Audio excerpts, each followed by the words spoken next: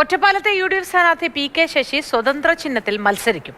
കൈ ചിഹ്നം ശശിക്ക് നൽകരുത് എന്ന ഒരു വിഭാഗം കോൺഗ്രസ് നേതാക്കളുടെ ആവശ്യം നേതൃത്വം അംഗീകരിക്കുകയായിരുന്നു. പ്രശ്നപരിഹാരത്തിന് കോൺഗ്രസിൽ ചേരാൻ നേതൃത്വം ശശിയോട് ആവശ്യപ്പെട്ടെങ്കിലും വിസമ്മതിച്ചു. ഗോകുൽ വിശദാംശങ്ങൾ നൽകും. Gokul, good morning. ചിഹ്നം നൽകരുത് എന്ന കാര്യത്തിൽ ഒരു എതിർപ്പൊക്കെ വന്നിരിക്കുന്നു. അങ്ങനെയാണ് ചിഹ്നം മാറ്റി മത്സരിക്കുക, സ്വതന്ത്ര ചിഹ്നത്തിൽ മത്സരിക്കുക. എന്താവും ചിഹ്നം? വിശദാംശങ്ങൾ എന്തൊക്കെയാണ്?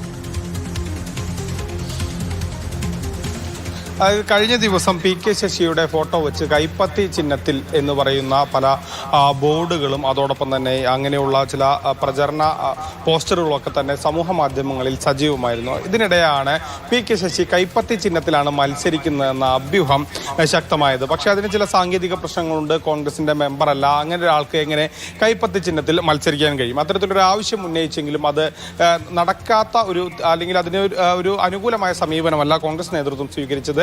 അതായത് കോൺഗ്രസ് അംഗമല്ലാത്ത ഒരാൾക്ക് കൈപ്പത്തി ചിഹ്നം നൽകാൻ കഴിയില്ല. അത് പ്രശ്നം പരിഹരിക്കണമെങ്കിൽ ഒന്നെങ്കിൽ കോൺഗ്രസിൽ ചേരണമെന്നാണ് കോൺഗ്രസ് ആവശ്യപ്പെട്ടത്. എന്നാൽ അത് കഴിയില്ലെന്ന് PK ശശി പറയുകയും ചെയ്തു. ഇതോടുകൂടിയാണ് സ്വതന്ത്ര ചിഹ്നത്തിൽ തന്നെ മത്സരിക്കാമെന്നുള്ളൊരു തീരുമാനത്തിലേക്ക് എത്തുന്നതും. PK ശശി സ്വതന്ത്ര ചിഹ്നത്തിലായിരിക്കും മത്സരിക്കുക എന്നുള്ളതാണ്. PK ശശിക്ക് കൈപ്പത്തി ചിഹ്നം ലഭ്യമാകില്ല എന്നുള്ളതാണ് അറിയാൻ കഴിയുന്നത്. ശരി, ഗോകുൽ VS ആണ് വിവരങ്ങൾ നൽകിയത്.